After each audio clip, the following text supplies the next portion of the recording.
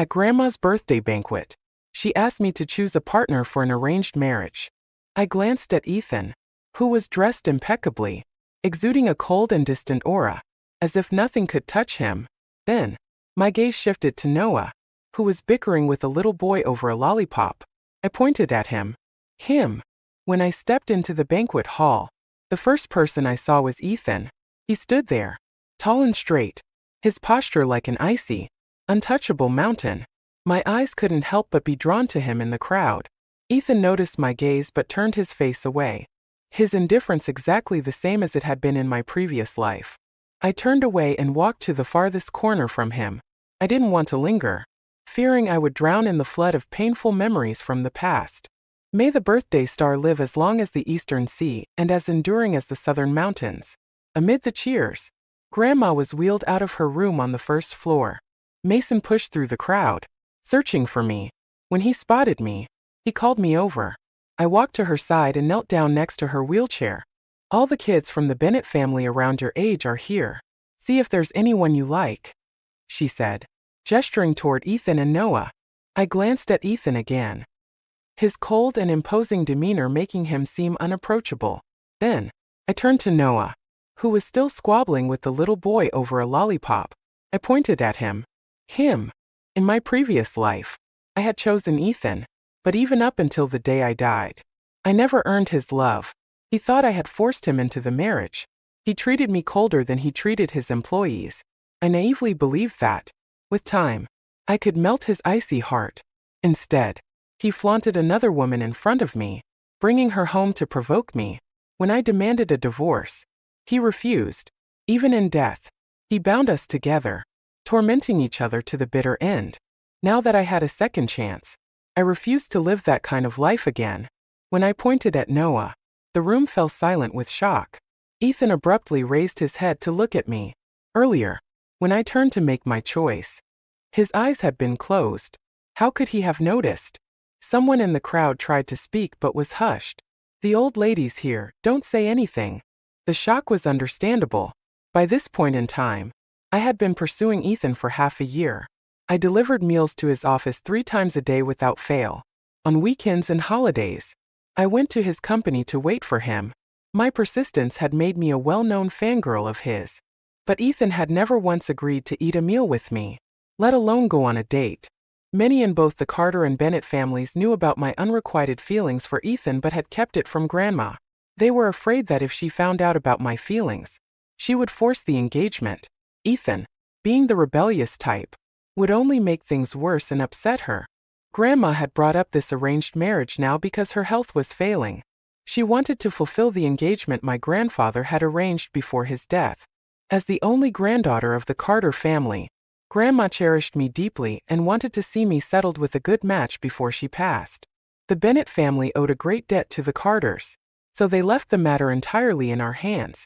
I looked at Noah and asked, "Do you agree?" Noah, who was usually aware of my feelings for Ethan, seemed frozen in place, lost in thought. I worried he might reject me. My gaze instinctively shifted back to Ethan, but no. That was absolutely not an option. Just as I debated whether to pull Noah aside for a private conversation, he suddenly spoke. "You chose me." He turned sharply, looking at me in disbelief. His abrupt movement caused the lollipop in the little boy's hand to fly into his own.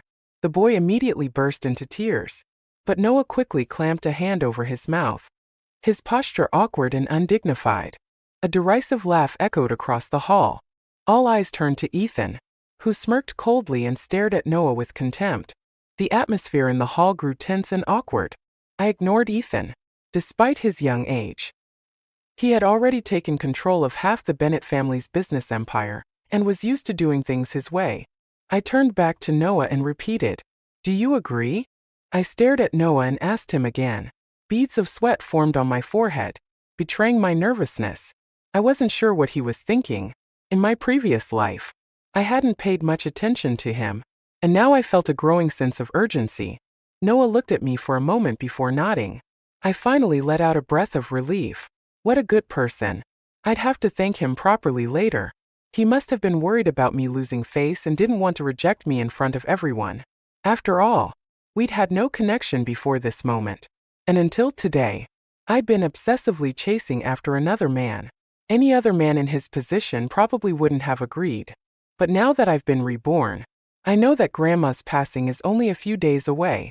If Noah hadn't agreed, I wouldn't have been able to find someone else to put Grandma at ease and allow her to leave this world with peace of mind. In my previous life, I had chosen Ethan. To my surprise, he didn't reject me outright at the time. Instead, he had a private conversation with me afterward, explaining that he had agreed only out of consideration for Grandma's health and telling me not to overthink it. When Grandma passed away, she held my hand together with Ethan's, urging us to take care of each other. After her funeral, Ethan's parents began pressing for our wedding. I thought we hadn't spent enough time together and worried he would feel forced into it, so I kept delaying. But Ethan agreed before I could say anything, telling me not to play coy. He said he wouldn't disobey Grandma's dying wish. Not long after, we got married. There was no ceremony, just the formalities. Our relationship before and after marriage didn't change much. Aside from moving in together, there was little difference. For 5 years, Ethan remained cold and indifferent to me. Other than a few social events I had to attend with him, he rarely spoke to me. One night, I worked late, and a colleague offered me a ride home since it was on his way. Ethan happened to see us when he got home. Perhaps it triggered his possessiveness, but he rushed over and punched my colleague. That night, we had a huge argument, the first real fight since I had met him. After that, he stopped coming home regularly. Angry and hurt, I didn't try to patch things up. We were locked in a cold war until the day he brought another woman home, holding her close as if to flaunt her in front of me. That was the final straw. I wanted a divorce, but he refused. We remained trapped in a cycle of mutual torment until the day I died. All right. Grandma's cheerful laughter pulled me out of my thoughts. It was the first time I'd seen her so happy since she had fallen ill and become bedridden 6 months ago. She held my hand, giving me a few words of advice before chatting with some of her old friends. When fatigue overtook her, she had the attendants wheel her back to her room. Left to myself, I scanned the room until I spotted Noah. I walked over and pulled him aside. "Thank you for helping me. Don't feel pressured. Once Grandma has passed peacefully, we can." I began, but Noah suddenly raised his hand to stop me. "Don't move. Stay here and wait for me." Then he ran off toward the Bennett estate next door. Less than 5 minutes later, he was back, carrying a box. Opening it, he pulled out a stack of certificates. I majored in computer science in college. These are my competition awards from back then. I'll admit, I've always been a bit laid back. But I'm not dumb. I can code and develop programs. I won't be aimless or starve just because my family doesn't help me out. As he spoke, he pulled out a property deed, 2 car keys, and a bank card. "This is what I earned from developing games with friends. The apartment is a 2-bedroom unit in the city center. Nothing fancy, but the location's good. As for the cars, there are 2 of them. If there's something you like, feel free to use it." Noah said, "There's only about $1 million in the account right now, not much. But you can spend it. I'll make more. A lot more. Don't worry." With that, he shoved the box into my arms, as if afraid I might refuse it. "Don't misunderstand me," he added quickly. "You chose me, didn't you? Even though we're just testing the waters as a potential match, and you might not choose me in the end, I want to be upfront with you about everything. You don't have to do the same for me. This is just how I am." He waved his hands nervously, as if worried I'd think he expected the same openness from me. "I thought you wouldn't agree," I murmured, looking down at the box in my arms. My emotions tangled. "I'm happy to," Noah replied, looking directly at me, his tone serious and deliberate. "You chose me. That makes me happy, so you don't need to feel guilty or thank me. And you definitely don't need to end things after your grandmother passes." I lifted my eyes to meet his gaze. We held eye contact for a moment before. Suddenly, he bolted. "Noah!" I called after him, holding the box. He waved a hand without turning back. "I'm not good at making girls happy. Take it. If you decide later you don't want to be with me, we'll deal with it then." And then, in a flash, he disappeared through the door. I couldn't help but marvel at him. He was too well raised, offering everything he had just for an experimental match. Didn't he worry about being cheated out of his entire savings? The weight of the box in my arms felt overwhelming. As I stared down at it, trying to decide what to do, a shadow loomed over me. I looked up and found myself face to face with Ethan. His mocking gaze pinned me in place. Playing hard to get. Does it feel fun? What? I blinked, momentarily stunned before realizing what he meant. You think you picked Noah as a marriage match just to get my attention, don't you? Ethan sneered, his lips curving into a sarcastic smile. Last night, you braved the rain to bring me dinner, left a note with Ted reminding him to take care of me, and handed him an umbrella and cold medicine just in case. And now, this morning, you suddenly chose someone else. Aside from trying to get back at me for shutting you out of my office last night, what other reason could you have? You've realized that constant effort doesn't get my attention, so now you're trying reverse psychology. His sharp words hit me like a cold slap, and for a moment, the memories from my past life surged back. Back then, I had been utterly infatuated with Ethan, chasing him to the point of throwing away my dignity, no matter how coldly he treated me in front of others. I clung to the hope that he would one day reciprocate my feelings. It was no wonder he found it unbelievable that I'd suddenly chosen Noah. But I never expected his reaction to be this intense. You don't even like me. Shouldn't you be happy that I've stopped bothering you? I asked, looking straight at him. For a brief second, Ethan hesitated, his gaze faltering, but then he looked back at me, his expression cold once more. Don't flatter yourself, he snapped. Do you think I'm the slightest bit agitated because I like you? Stop being delusional. I just can't stand the thought of losing to someone like Noah, a wife from that kind of family, he added, his voice dripping with disdain. His words didn't surprise me. Ethan and Noah were both from the Bennett family, but Ethan was the eldest grandson of the main branch.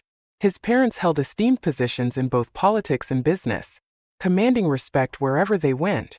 In contrast, Noah's father stayed out of family affairs, choosing to be a professor at a prestigious university, while his mother was an actress, a profession looked down upon in elite circles. From a young age, Ethan had shown exceptional talent, his photographic memory and sharp intellect making him the pride of the family. Noah, however, had to work much harder to achieve even a fraction of Ethan's success. To make matters worse, he had abandoned the family business path, choosing instead to pursue programming and game development. His rebellious choice had angered the family elders, who eventually gave up on him entirely. They excluded him from family business activities and events, leaving him to fend for himself. The box in my arms grew heavier, my hands beginning to ache. As I pieced together the situation, Ethan's disdainful words rang in my ears, and the weight of his judgment pressed down on me even more. I didn't want to keep entangling myself with Ethan any longer. Since things had already come to this point, it was time to lay everything out clearly. I stared at him. Ethan, I don't like you anymore. My choice to not pick you and to choose Noah today has nothing to do with you. You can rest assured. You don't like me, and you hate Noah. Perfect. From now on, we can go our separate ways and have nothing to do with each other. With that, I turned and walked toward the door. But suddenly, Ethan grabbed my wrist. What are you doing? I snapped, twisting my wrist, trying to pull away. But his grip was unyielding. You say you don't like me anymore? He asked, his voice cold. Under the dim light, Ethan's eyes were dark, like a bottomless, frozen abyss. Let go of me, I demanded, glaring at him, my words firm and deliberate. Instead of loosening his grip, he held on tighter. I don't believe you, he said icily. I was momentarily stunned, the memory rushing back. Once, I had a necklace I didn't want anymore, so I carelessly tossed it into a pond. That night, I came down with a fever. A rumor spread that the necklace had been a gift from a family member, and my illness was a result of losing something so sentimental. In the dead of winter, Ethan had jumped into the freezing water to retrieve it for me. He ended up with a high fever for 3 days, teetering on the edge of life and death. You were someone willing to risk your life for me, Ethan continued, his voice low and intense. How could you just suddenly stop liking me without warning? So he had known about the necklace all along. I had made sure to keep it a secret, worried he would feel burdened if he knew. Yet he had known everything. A bitter laugh rose in my heart. How ridiculous I had been in my past life, giving my whole heart to someone who knew but never cared. To him, our marriage had always been forced, something I coerced him into. He resented me for it. And his coldness, his silent neglect, lasted a lifetime. The love I gave with all my heart must have seemed utterly insignificant to him. Let go, I repeated. But Ethan's grip only tightened. The pain became unbearable, and I couldn't hold back a cry. Finally, his grip loosened slightly, and I took the chance to wrench free and rush inside. I slammed the door shut, separating him from me. Once inside, I quickly headed up the stairs to the third floor and into my bedroom, ensuring no one saw the expression on my face. The moment I shut the door behind me, my strength gave out, and I slid down to the floor. In my past life, at the end of it all, I couldn't help but harbor resentment. Ethan had always had a choice not to marry me, not to accept me as his arranged partner, not even after Grandma's passing. Yet he did marry me, and then blamed me for everything, dragging us both into a lifetime of misery. His initial decision was made for Grandma's sake, and later out of obligation to her final wish. But no matter the reason, it had all started because I had chosen him at the banquet. I couldn't deny it. The suffering I endured in my past life was the result of my own choices. A thud snapped me out of my thoughts. The box Noah had given me tipped over, spilling the bank card, property deed, and car keys onto the floor. It was a stark reminder that those were events from another life. I patted my face lightly, trying to pull myself together. This life would be different. I wouldn't make the same mistakes. The next morning, I was jolted awake by one of Grandma's attendants, urging me to wash up and come downstairs. I thought Grandma needed me for something urgent, but when I reached the living room, I saw Noah waiting there. He had swapped the casual t-shirt he wore to last night's banquet for a sleek black suit. It made him look far more formal. "Good morning. Where's Grandma?" he asked. I greeted Noah with a nod and glanced around, but I didn't see Grandma anywhere. She asked Mrs. Zhang to take her to the back garden for some fresh air, Noah explained. His face slightly flushed. She also said she wants us to move in together, he added, lowering his head as his ears turned red, as if they might start bleeding from embarrassment. When Noah mentioned this, it reminded me of my previous life. After I chose Ethan as my marriage partner, Grandma gave us a house the very next day, insisting that we move in together to build our relationship. "Do you not want to?" I asked, seeing how flustered Noah looked. "No." Noah immediately lifted his head, blurting out, "I'm willing." His gaze met mine for a brief moment before his face turned crimson. He quickly looked away, avoiding eye contact. His shy and innocent reaction to relationships made me feel a pang of guilt. After experiencing the pain of a failed marriage in my previous life, I had no expectations for love in this one. To me, this arrangement was merely to give Grandma peace of mind. But for Noah, he was dragged into this arrangement because of my choice. If he had no feelings for me or didn't hold any hopes for this relationship, it would have been easier for me. While Noah and I were chatting, my luggage had already been packed by the house staff. At some point, Mrs. Zhang had returned from the garden and handed me a set of keys. "The old lady has already transferred ownership of the house to your name," she said. "It's the closest and best one near your workplace." In my previous life, I had been thrilled at the opportunity to live with Ethan and accepted Grandma's arrangement without hesitation. But now, knowing Grandma only had a few days left, I just wanted to stay by her side. Mrs. Zhang seemed to notice my hesitation. She placed a hand on my arm and said, "The old lady just asked for water again. She's not in great shape and doesn't want you to see her like this. She's lived a full life, seen everything, and has no regrets. After your grandfather passed, she felt life had lost its meaning. But when your parents had their accident and you were still so young, she pushed through. With the company also losing a pillar, she carried the weight all these years. As long as you're happy, she'll leave this world without regrets." I knew that everyone had already noticed how frail Grandma was. She spent more than half her day asleep now, and there was no telling when she might not wake up again. That's why she had left the hospital and returned to the family home, wanting to spend her final days there. I nodded silently, the heaviness in my heart growing. The driver eventually dropped Noah and me off at the house Grandma had arranged. The cool autumn breeze brushed past us, carrying the familiar scent of osmanthus blossoms, pulling me out of my thoughts. Noah stepped out first, then walked around to open my door. I looked up at the house, a place so familiar it felt like it was etched into my bones. But as I prepared to step out, my foot felt as if it were weighed down by 1,000 pounds. In my previous life, Ethan and I only stayed in this house for a few days before Grandma passed away. After we married, I moved into Ethan's home, and this house remained empty. Later, during our Cold War, after Ethan brought another woman into our home, I moved back here alone. Ethan followed me, claiming he wanted to keep an eye on me. Afraid I'd bring another man here and embarrass him, he even used it to block my attempts to divorce him, saying, "You forced me into this marriage, so you'll suffer through it with me for life." I couldn't stop Ethan from moving in, but this house was a gift from Grandma, a place that symbolized her hopes for my happiness. I didn't want a third person to invade it. I made my boundary clear. Ethan surprisingly didn't push further and accepted it.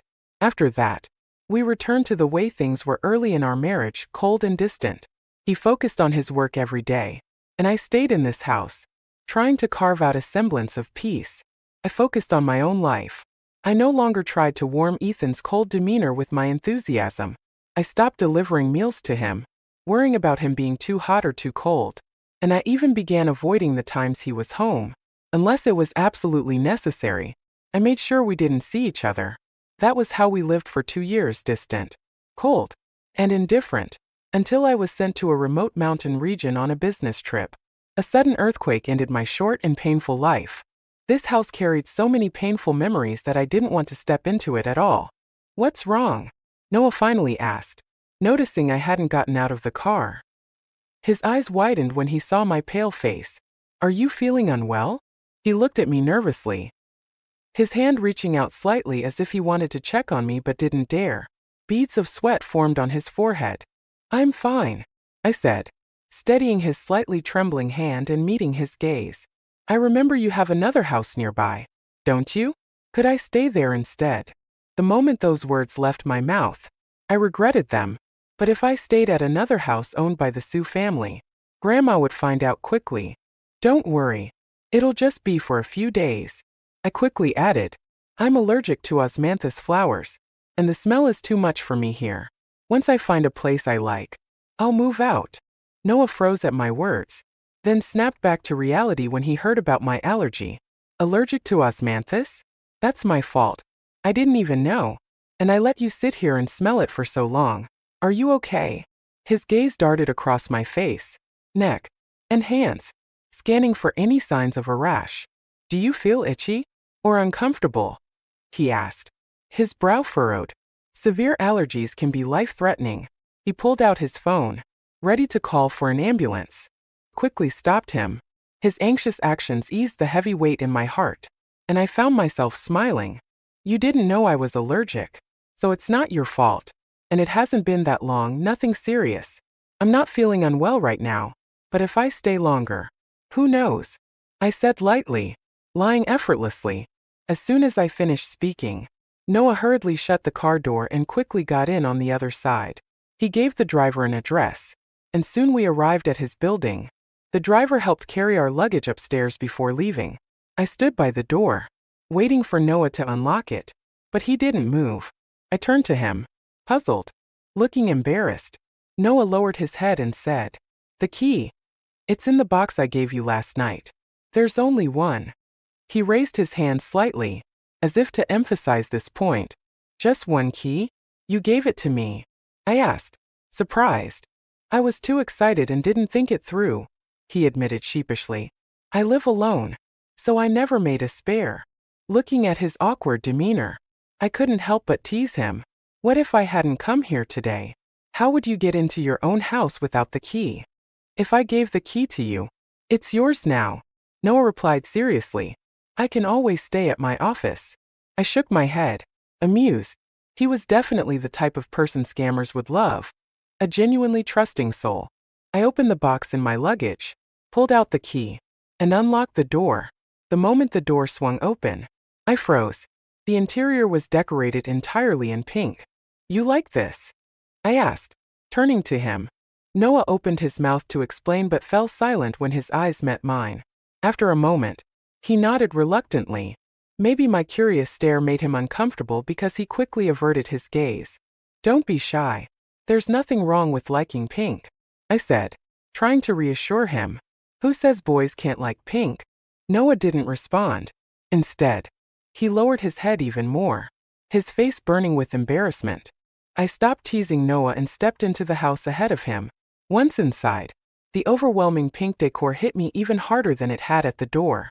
From the entrance, I had only seen part of the hallway and living room. But now, standing in the center, I realized that everything, from the bedroom doors to the kitchen and bathroom, was pink. This wasn't just a preference, it was true love for the color. Fortunately, I also liked pink. For someone who loved the color, this house was paradise. The walls, decorations, sofa, and even the tiled floors were all pink. In my previous life, I'd loved pink, too. I had once considered brightening up the cold black, white, and gray tones of the home Ethan and I shared by adding pink accents. But Ethan thought pink was childish. He wouldn't even let me wear pink dresses to formal events. Over time, I suppressed my preferences, choosing everything what I ate, used, and wore based on his tastes. Back then, I didn't feel wrong because I loved him and thought his happiness was mine. But now, standing in a space decorated exactly how I liked, I realized how much joy came from pleasing myself. There were 2 bedrooms in the house. I pushed my luggage toward the guest room, but Noah stepped in front of me. "This is my room. You can stay in the guest room," he said softly, as if worried I'd mind. I looked at him, surprised. "You don't mind?" Noah nodded. "I'm busy with work and don't stay here often. The guest room is fine." It felt a bit strange for him to sleep in the guest room in his own house, but he clearly didn't want to discuss it further. And I wasn't one to pry into other people's private matters. I let it go and started unpacking. Once I finished, I realized I was hungry. Skipping breakfast and moving had kept me too busy to notice. But now that I had time to relax, my stomach started growling. Just as I was about to order delivery, the scent of scallion pancakes wafted through the air. I opened the door and followed the smell to the kitchen, where I found Noah wearing an apron and frying scallion pancakes. A pot of milk was warming on the stove beside him. "You didn't eat breakfast this morning, and there's not much in the fridge," he explained. "This will tide you over for now. Delivery food isn't very clean. For lunch, I'll take you to a private restaurant nearby that I like." Looking at his back as he worked, I suddenly felt a lump in my throat. This was a scene I had often fantasized about in my previous life.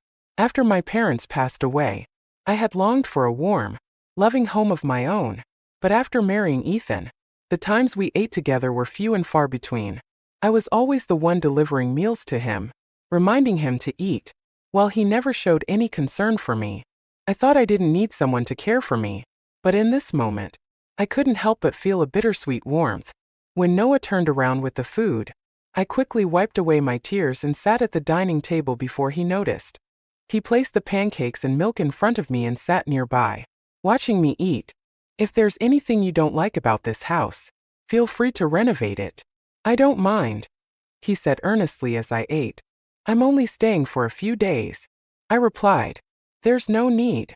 But Noah seemed genuinely enthusiastic, as if we were discussing a bright future. Not wanting to dampen his mood, I didn't argue further. Later, Noah took me to a private restaurant he frequented for lunch. To my surprise, we ran into Ted, Ethan's assistant, there. The moment Ted saw me, his face lit up like he'd found his savior. He hurried over. "Miss Sue, I can't believe I ran into you here. This is perfect.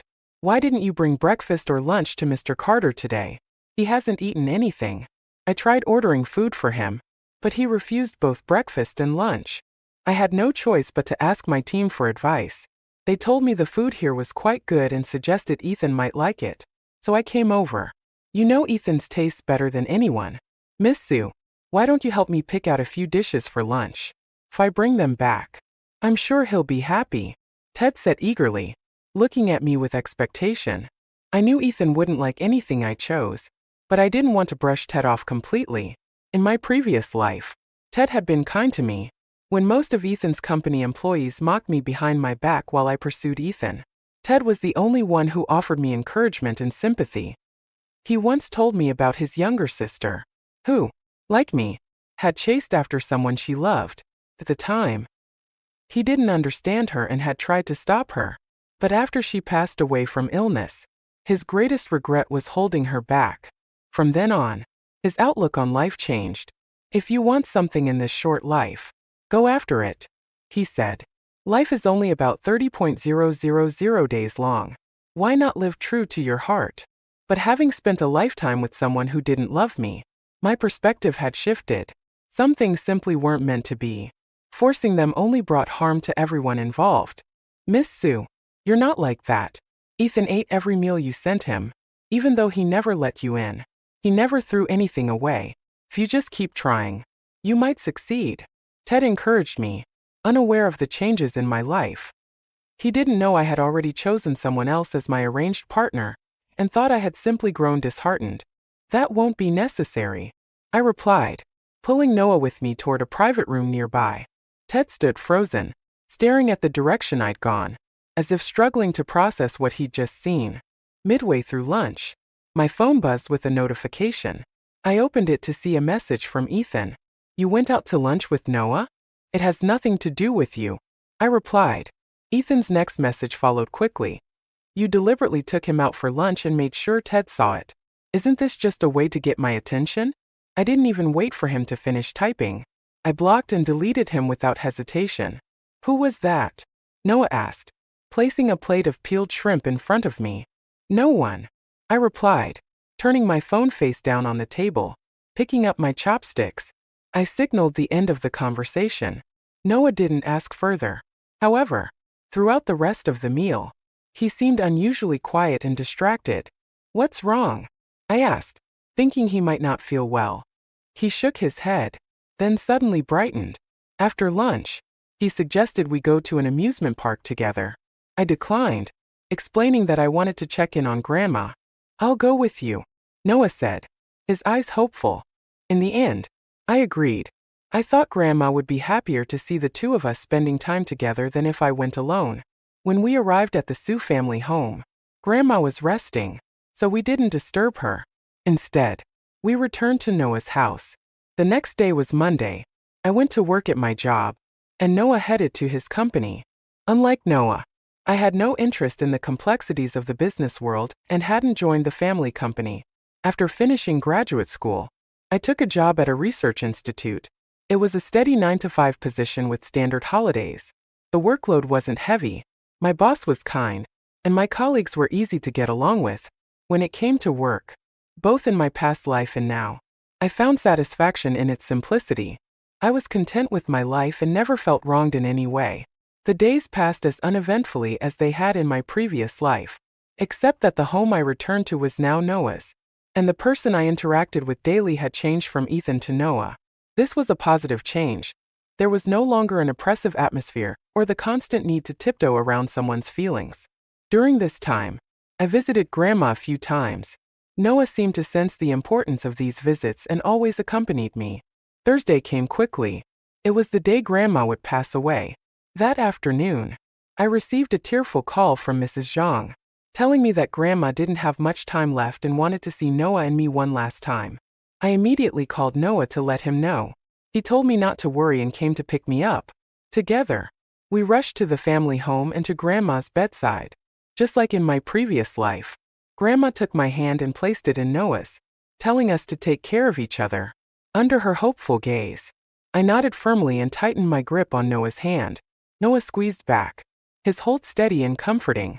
But this time, I knew I couldn't fulfill Grandma's wish. I would disappoint her. I silently promised myself that when I saw her in the afterlife, I would beg for her forgiveness. In my previous life, Ethan and I had spent our entire lives trapped in a painful relationship because of this final wish. I didn't want Noah to go through the same.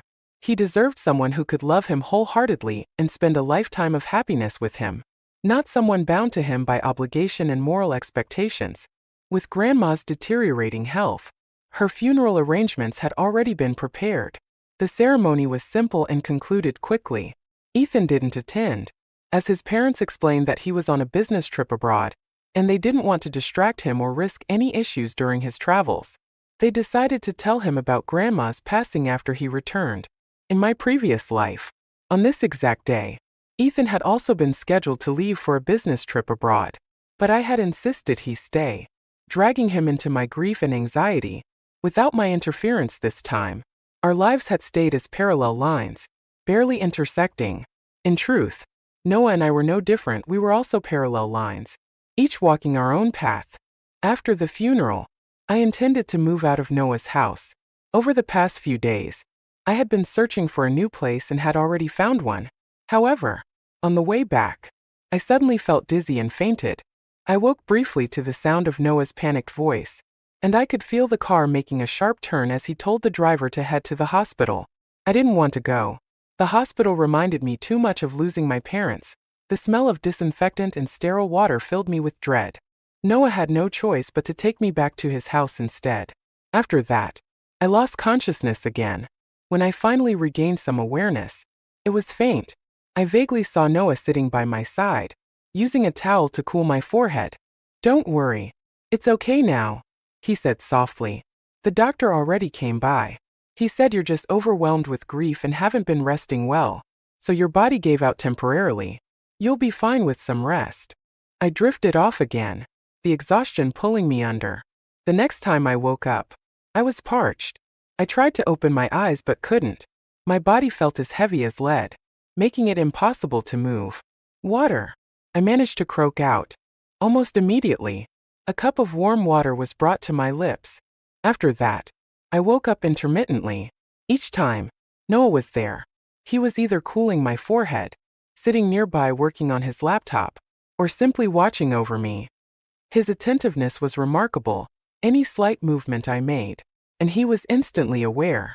First, I thought he was just pretending to work on his laptop, but as the programs on his screen grew more complex and detailed, I realized he was genuinely working. His dedication and focus made me smile despite my condition. That night was the first time in years I'd fallen ill so badly, and the first time I'd felt so cared for.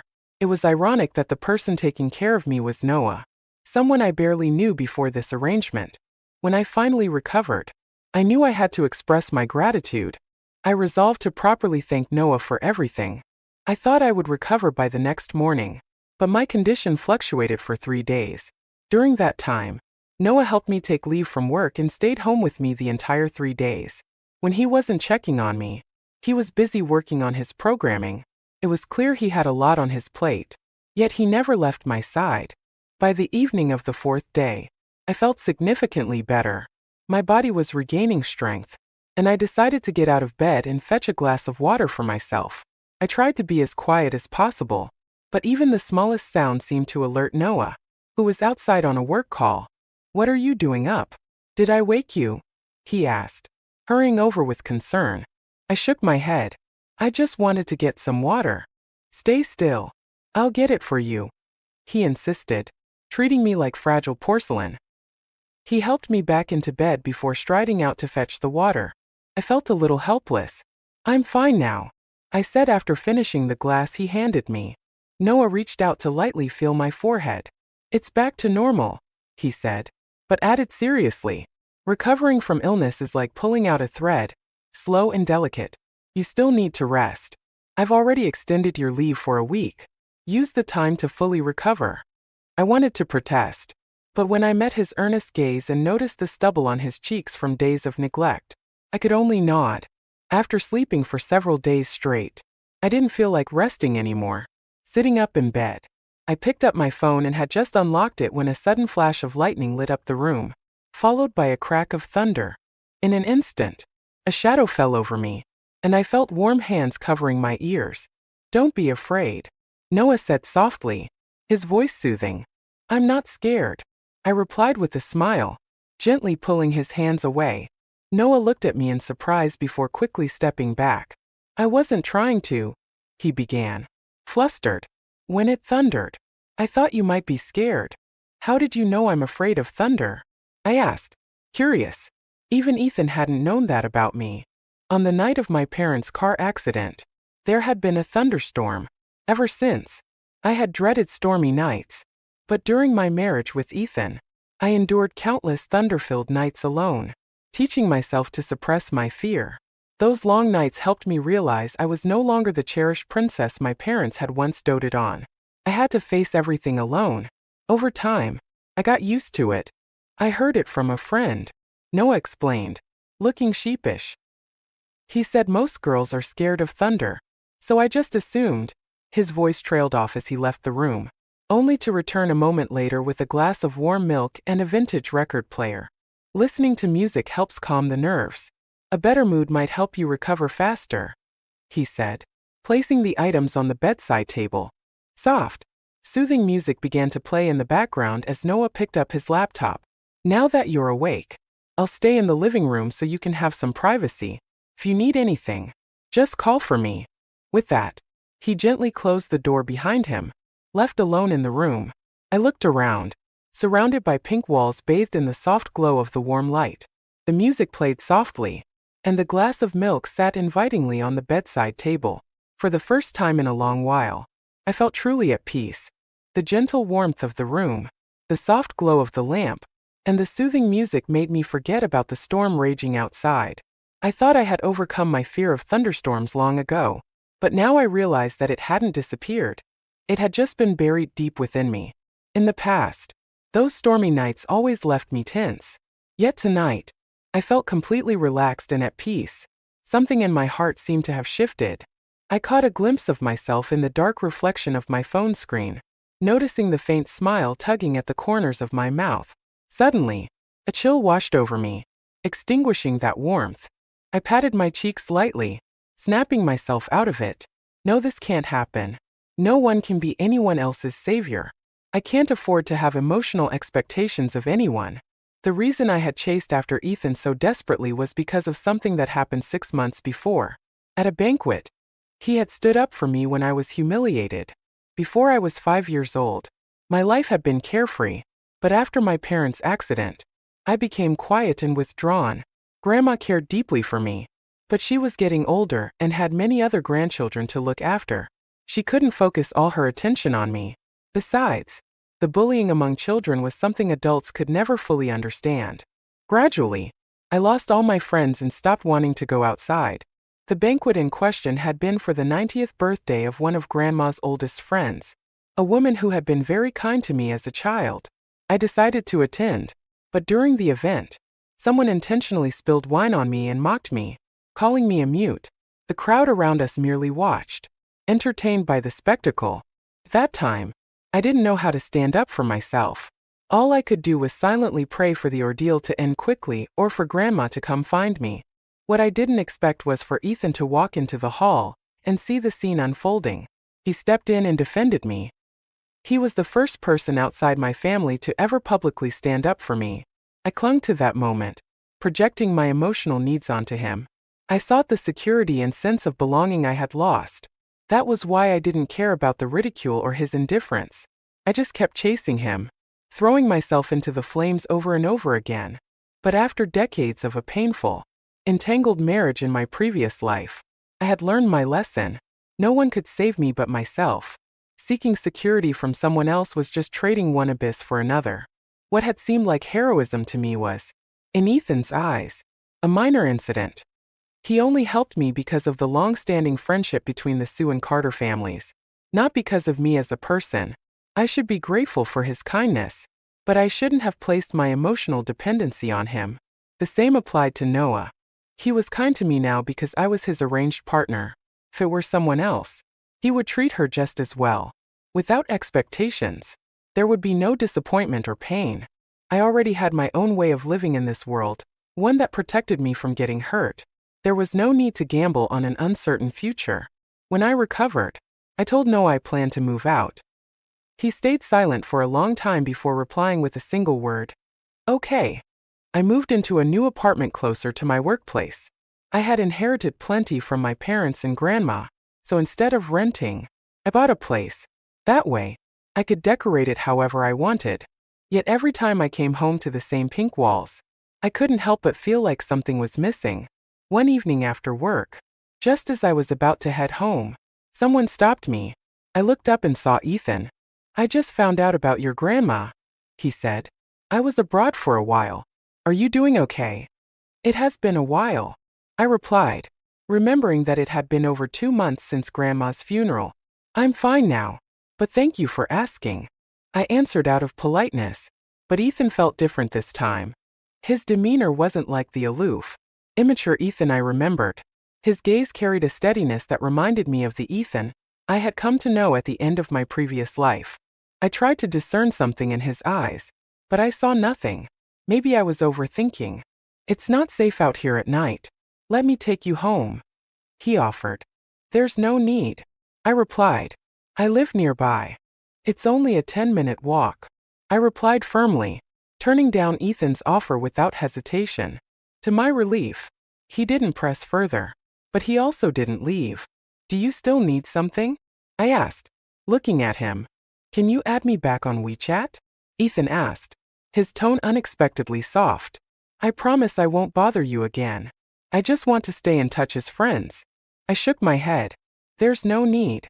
We work in different fields and won't cross paths in the future. Now that Grandma is gone, I don't visit the family home much. We probably won't see each other again. And that's fine by me." Ethan fell silent, the atmosphere growing tense. "I'm leaving," I said, turning to go. But before I could take a step, Ethan grabbed my arm. "You and Noah," he started, hesitating. "I know you've moved out of his place, and the two of you haven't seen each other in a while. You don't love him, do you?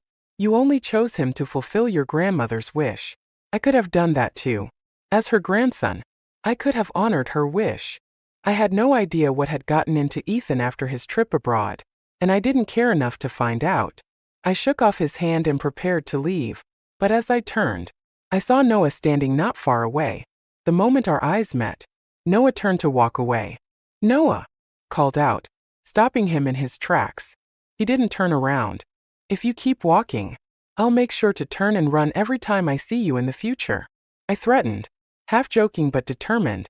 Noah froze, his steps halting. Ethan, still standing beside me, spoke again, his voice laced with familiarity that sent a chill down my spine. "Moo." The nickname made my skin crawl.